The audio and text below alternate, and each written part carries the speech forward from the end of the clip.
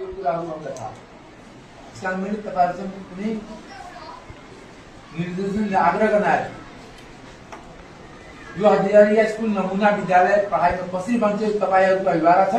यदि 1 साल भित्र यो सुधार भयो भने म तपाईहरुलाई प्रक्रिया पुर्याएर कारबाहीको अगाडि बढाउने प्रक्रिया गराउँछु। त्यसमा म निर्णय गर्छु या आदेश लाउँछु।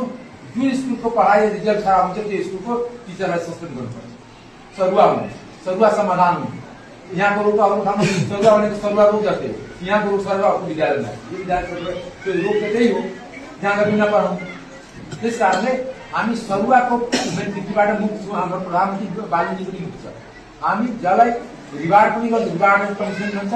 राम्रो काम गर्नलाई तपाईँलाई त्यस्ता लाभ आउँछु भयो भने ग्रेड थप्छु के सरकारले त्यसमा हामी गएपछि उमेर गर्छु। नराम्रो काम गरेर मेरो बाउ भए पनि मेरो छोरा भए पनि मेरो दाइ भए पनि त्यसलाई टापाएको नातावाती बाबत अब चल्दै त्यो प्रायः स्ट्रङली भनिरहेको छु। मैले भने मेरो सरकारको प्रधानमन्त्री भनिन्छ हामी सल्लाह गरिरहेको छु भनिरहेको छु कि मतलब पनि जनतालाई धन्यवाद दिएर हुन्छ। त्यस कारणले एक जमानामा हजार यसको फेमस थियो।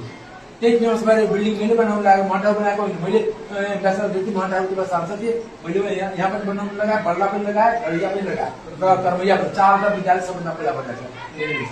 इन्डियन इन्भेस्टिगेसन बेसी मेरो मन्टाउको थिएन त्यो।